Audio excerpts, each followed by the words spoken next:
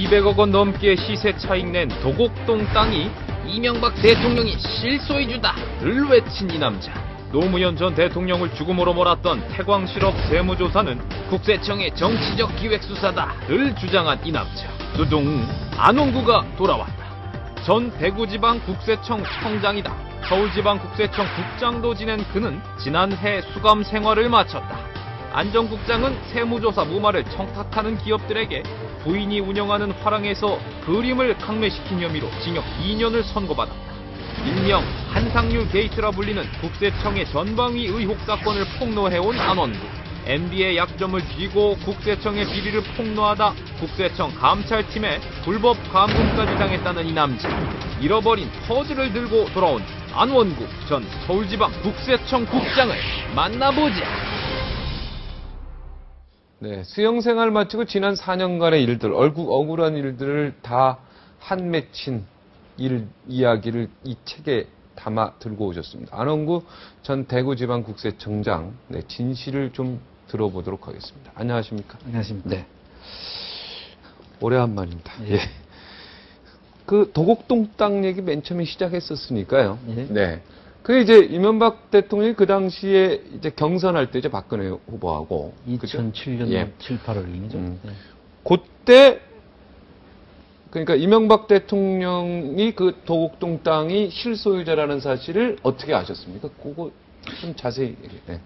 예, 제가 2007년 7, 8월 7월 달에 대구청장으로 발령을 받고 얼마 있지 않아서 세무조사를 했는데 그게 포스코 건설이죠. 네. 포스코 건설을 조사를 했는데 통상 조사를 하면 청장은 그냥 보고만 받는 입장입니다. 네.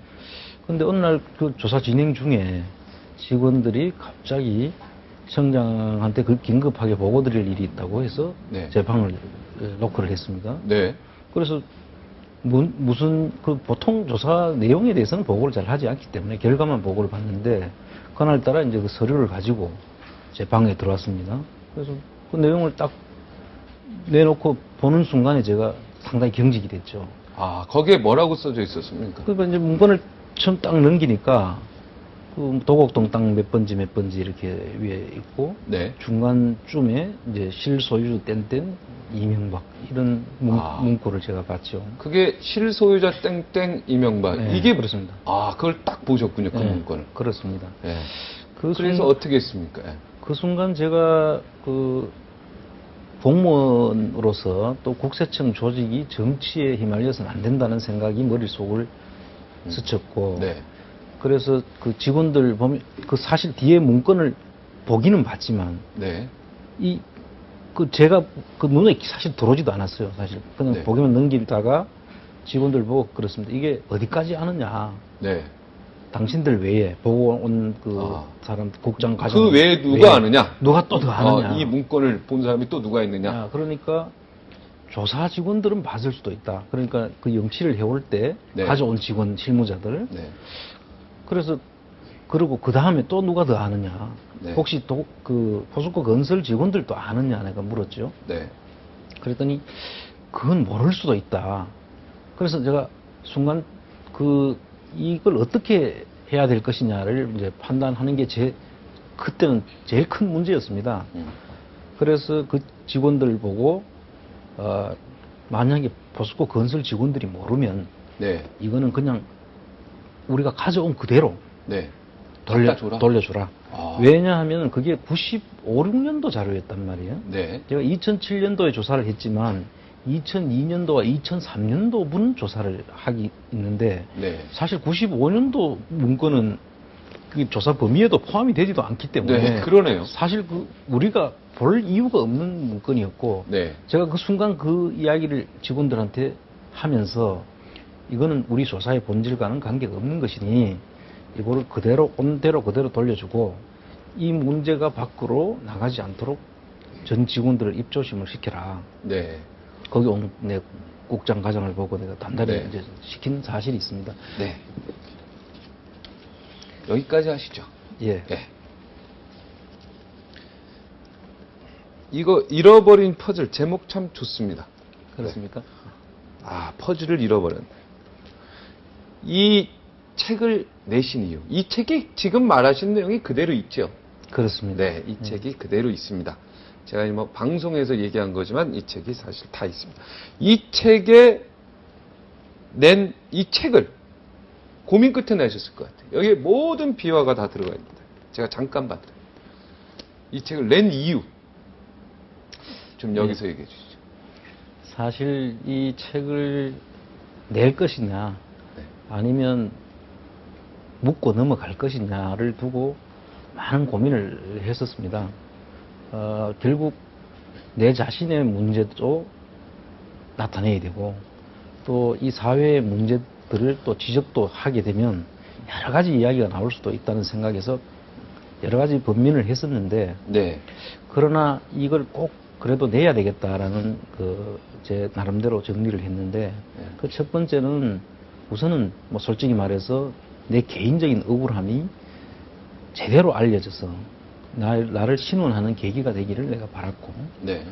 또 한 가지는 이 기록을 통해서 다시는 이런 일들이 나 이외의 다른 공무원들 또 그 다른 공무원이 아닌 다른 사람에게도 이런 일들이 일어나서는 안 되겠다는 하나의 반면 교사로 삼고 싶었고 또 하나는 이런 기록들을 남김으로써 네. 이것이 하나의 조각이 되고 다른 또 이 조각들이 이렇게 나오다 보면 네. 사실에 좀 더 우리가 가까이 접근할 수 있다는 그런 생각을 하고 제가 이 책을 썼습니다. 네.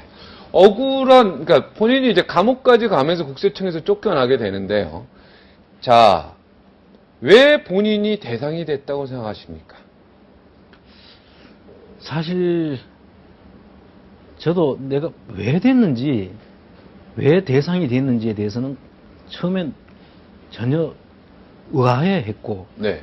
정말 저는 공무원이었고 정말 국가의 노고를 받고 일을 하는 공무원으로서는 아무런 내가 대상이 될 이유를 한 일이 없기 때문에 몰랐었습니다. 네. 그런데 이 사건이 있고 난 뒤에 제가 이 생각을 좀 여러 자료들을 보면서 내가 해보니까 네. 그때 그 사람들이 나한테 해놓은 이야기가 전 정부 사람이다. 아, 라는- 김대중 노무현 정부 때 청와대에 계셨죠? 그렇습니다. 네. 제가 파견가 계셨죠? 다른 공무원들보다는 좀 오래 있었어요. 오래 있었습니다. 6년이라는 세월을 내가 청와대에서 생활을 했는데 네. 보통 한 1, 2년 네. 이러면 근데 제가 정말 참 그것도 뭐 얘기를 할 게 많습니다만 전 정부에 하여튼 오래 있었다. 그렇습니다. 네. 그래서 그렇다 그것을 이유가 되는 것이 아닌가 아, 처음에. 처음에 이렇게 나를 잘리게 되면서 감옥까지 가는 그 과정에서 내가 억울함을 많이 당했던 그 근본 시초가 전 정부 사람이었다. 사실은 TK죠. 경북대 나오시고 대구 사람이죠. 그렇습니다. 네, 실제적으로 어떻게 보면 이명박 정부에 딱 맞는 사람인데요. 저는 사실 많이 기대를 했었죠. 네, 이명박 정부가 들어와서 야 드디어 이제 우리 고향 정부가 들어왔다 기대를 많이 했었습니다. 그런 측면보다는 네, 저는 뭐 TK 출신으로서 DJ 노무현 정부의 청와대에서 근무를 했기 때문에 네, 이 지역적인 어떤 그런 데 대한 사실 생각이 다른 사람보다 적었습니다. 네. 그래서 지역 감정에 대한 지역 감정에 대한 네. 것들은 그리고 공무원은 당연히 공무원으로서의 자세만 하면 되는 것이지 네. 정치적인 생각은 그 당시도 그렇고 지금도 해본 적이 없었던 사람입니다. 그러니까 전 정부 사람이라서 내가 이렇게 당한 것 같다. 제가 볼 때 그 도곡동 그거 실소유자 그거 본 거를 누군가 알아가지고 또 이렇게 그렇지는 않은 것 같고요. 그건 아니에요? 네. 네. 이 도곡동 땅 실소유자 문건을 본 거는 그때 그 이후 이후에는 아니 그 전에 그죠, 봤죠. 그 전에 봤죠. 그 예, 2007년도니까요. 보고 난 이후에는 그 사실을 내가 어느 곳에도 이야기한 적이 없었습니다. 그냥 딱 함구해버린 거죠. 그렇죠. 근데 직원들이 함구했는지 여부인지는 모르시잖아요. 직원들도 저는 항구했다고 생각합니다. 근데 그 아이러니하게 전 정부 사람으로서 MB 뒷조사를 한 사람으로 저를 MB의 뒷조사를 한 사람으로 저를 몰아세우고 그러니까 예, 그렇죠. 그 문건을 어떻게 보면 본 게 영향을 미칠 수도 있네요. MB의 파일, 뭐 MB의 뭐를 찾고 있다. 예? 이렇게 그때 좀 소문이 났었거든요.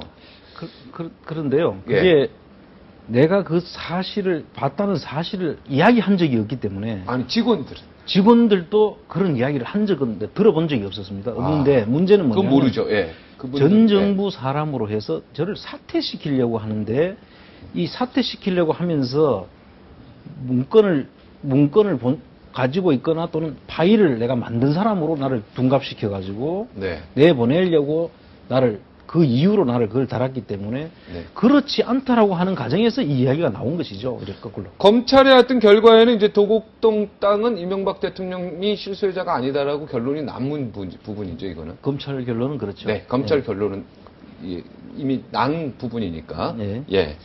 일단 여기까지만 듣고요. 네, 검찰을 존중하겠습니다. 자, 그 태광 실업입니까?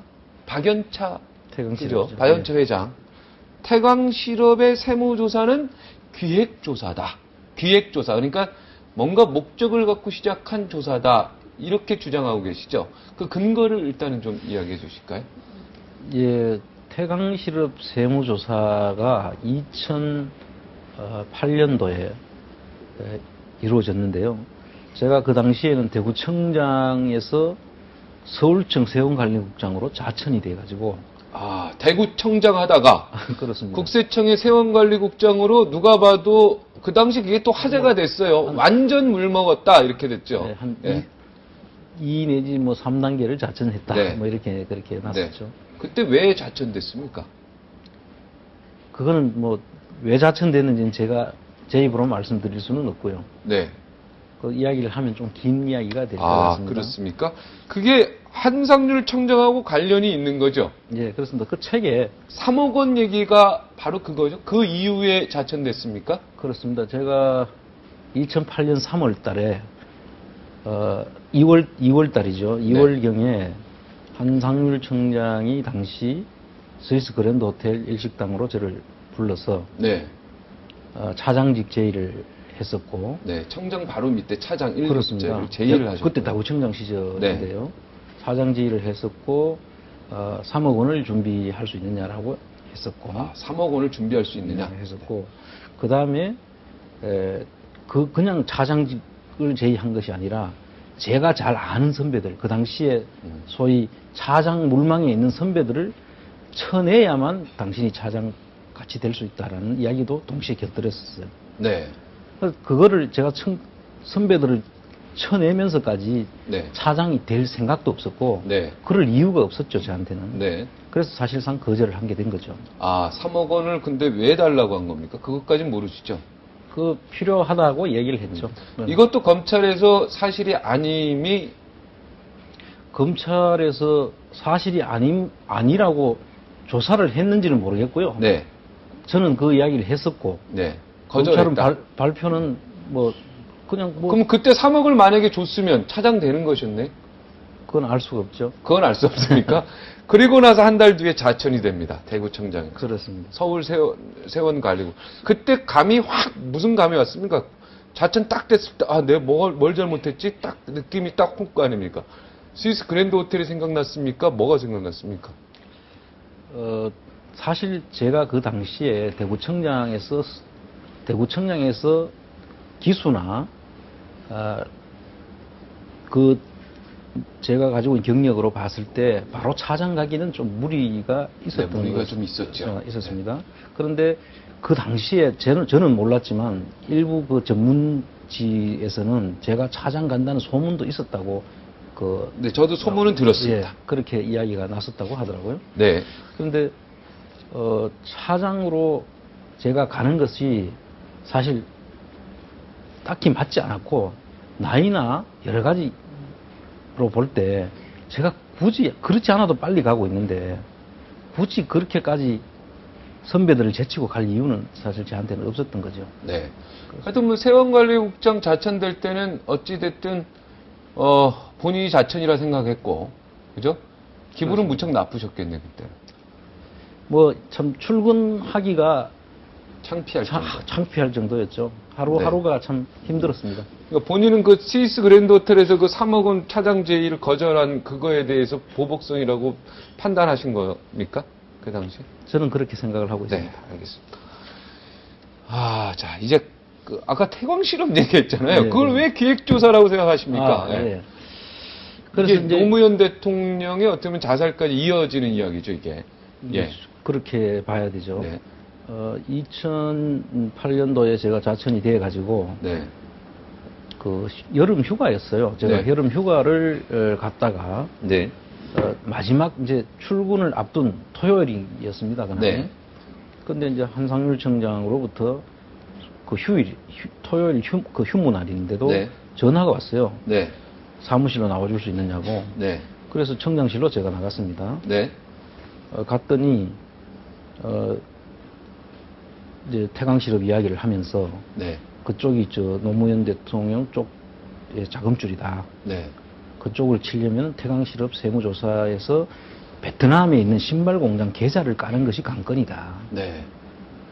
거기 그 계좌를 좀 깔려면 태광실업의 박연차 회장이 베트남에서는 상당한 그 국빈 대우를 받고 있다. 네. 그래서 그 국빈 대우를 받고 있는 분의 그 조사를 하기 위해서 협조를 받으려면 베트남에 상당히 환대를 잘하고 베트남에서 협조를 받아내야 되는데 네. 그 당신이 좀 맡아줘야 되겠다라고 한 겁니다. 왜 베트남 그걸 하는데 왜 세원관리국장인 안홍구 국장한테 그걸 맡겼습니까? 베트남하고 뭐 베트남 사람하고 뭐 친구가 있습니까? 그렇습니다. 제가 그런 차원보다는 제가 대구청장을 가기 전에 네. 국제조사관리관을 했었고 아. 그다음에 서울청 조사 1국장을 했었고 네. 본청 총무과장을 할 때 이 네. 베트남 쪽 그 인사들이 오면 제가 또 그 당시에 참석해서 또 아, 교분 관계가 당회가 있었군요. 있었고 또 한번 또 출장을 간 적이 있고 해서 네. 저를 아마 그때 생각을 했던 것 같습니다. 네. 그러니까 그래서 기획수사라고 그래서 제가 볼 때는 베트남의 그 서울청 세원관리국장이면 그때가 조사하고 이명박 정부 바로 초기죠. 그렇죠. 네. 조사하고는 전혀 관계가 없는 시점입니다. 네. 저는 세원관리국장이니까 조사에 제가 임발부될 이유가 없는 거고. 네. 그래서 그 부분을 거절하셨습니까? 그래서 소극적으로 저항을 했죠. 소극적으로 거절했다. 상사가 지시를 하는데 이유 없이 안 한다 소리를 할 수는 없고. 네. 저는 서울청 세원관리국장입니다. 네. 지시를 하려면 서울청장한테 지시를 하고 네. 서울청장이 내한테 지시를 하는 게 순서잖아요. 네. 그래서 정상적인 절차를 밟아주면 네. 제가 일을 하겠다라고 했죠. 네. 자, 11시간 넘게, 그래서 결국은 안 했죠. 거기에 조사에 안 들어가셨죠? 그렇습니다. 네. 그러니까 여기까지만 들으면 딱 되고요. 뭐책 속에 상당히 내용들이 다 그래서 참고로 얘기하면 이제 그 필요한 문건을 다른 경로를 통해서 얻었기 때문에, 그죠? 제가 투입될 이유가 없어져 버렸다. 자, 한상률 청장이 퇴임하게 됩니다. 그 그림 문제로 인하여, 그죠? 예. 퇴임하게 됩니다. 2009년에. 퇴임식 날 감금을 당하신다고요. 그게 그렇습니다. 가장 억울하고 지금 한이 맺히시다 그랬는데 그 이야기 좀 해줄까요? 왜 감금당했고, 뭐 감금당해서 어떤 해악을 당했는지. 네. 감금 이야기를 하면 지금도 제가 참 가슴이 울렁울렁. 네, 그렇습니다. 네. 저는 정말 2010년이 다 돼가는 21세기에 그것도 국가 공조직이 법도 필요 없고 그것도 정상적으로 출근하는 국장을 6, 7급 직원들이 4명 있어. 그것도 완력으로 사람을 강제로 끌고 가서 내 의사와 전혀 관계없이 핸드폰도 뺏기고 특정 공간에 감금돼서 11시간을 있었다고 생각을 해보십시오. 이게 대한민국 공무원에서 있을 수 있는 일이 아니죠. 있을 수 없죠, 그건. 정말로 제가 상상하기도 싫은 이런 일은 다시는 있어서는 안 된다는 생각을 제가 가지고 있습니다. 그 당시에 제가 끌려가면서 우리 국외 직원들이 다 나와서 봤어요, 그거를. 네. 그래서 내가 영장도 없이 수사기관도 아닌 직원들이 나를 조사할 일이 있으면 부르면 됩니다. 조사 통보를 하고 참석하라고 하면은 제가 가야 되지 않겠습니까? 그런데도 불구하고 강제로 그것도 거부하는 사람을 완력으로 끌고 갑니다. 4사람에서. 그것도 저 혼자를 4사람에서 끌고 갑니다. 그렇죠. 경찰에 신고하라 그랬죠. 결국 신고도 안 되고 가서 11시간 동안 제가 감금을 당하고 나오는 동안 이 국세청 망조가 드는구나. 네. 그게 가장 지금 가슴에 제 개인적인 문제도 문제지만요. 이거는 우리 국가 공무원 조직에서 이런 일이 일어날 수 있다는 그 현실이 제가 안타까운 겁니다. 네. 자, 국세청 말 나온 게 국세청 선후배한테 아니면 국세청 발전을 위해서 거기에 책에도 있던데요. 네. 한 말씀 해주시죠. 국세청 발전을 위해서 얘기를 하라면 지금 사실 우리 국세청이 너무 이 폐쇄적이고 권위적인 조직으로 밖에 알려져 있습니다. 네. 제가 또 이 밖에서 보니까 이게 또 객관적으로 또 많이 보이죠. 저는 물론 청와대에서도 그런 부분들을 많이 봤지만 이제는 투명하고 개방적인 쪽으로 우리가 정상적인 절차와 법에 따라서 시스템적으로 움직인다면 네. 이걸 이렇게 폐쇄적으로 갈 이유가 없는 거죠. 그래서 그런 부분들에 대해서는 우리 박 부장님도 뭐 출입했습니다. 출입해서 그렇죠. 너무 잘 잘 아시잖아요. 알죠. 그래서 근데 국세청 선후배들은 우리 안홍구 청장이 국세청에 여러 가지의 그동안 지켜왔던 의리나 품위 이런 것들을 떨어뜨렸다 이렇게 생각하고 있던데요. 이제 국세청식 사고로 보면 네. 제가 거기 있을 때 그 문화가 네. 그런 쪽이었기 때문에 네. 어떻게 보면은 지금까지 없었던 일이죠. 네. 국세청 조직에 몸담았던 역사상. 사람이 네. 이 국세청의 치부를 네. 이야기한다는 것 자체가 네. 그렇게 생각할 수 있다고 봅니다. 그러나 대다수의 국세청 직원들, 성실하게 일하는 직원들은 그렇지 않기 때문에 네. 알겠습니다. 지금 그 그림 문제에 대해서도 지금 이야기할 게 많은데요. 그림. 네. 간단하게 가장 핵심이 되는 게 항상률 청장이 그만두게 되는 게 그 그림이 모 신문사에 그죠? 네. 그 그림이 한상률 청장이 정군표 청장한테 갖다 줬다는 그 그림이 그 기사가 부인 사모님이 운영하는 그 화랑을 통해서 기사화됐다 이렇게 오해가 되고 있어요. 예. 오해인가 진실인지 저도 아닙니까? 임마 좀 전혀 아니고요. 전혀 아닙니까? 네. 네. 제가 좀 설명을 드릴까요? 지금 시간이요. 네. 1분 남았습니다. 벌써 그렇게 흘렀나요?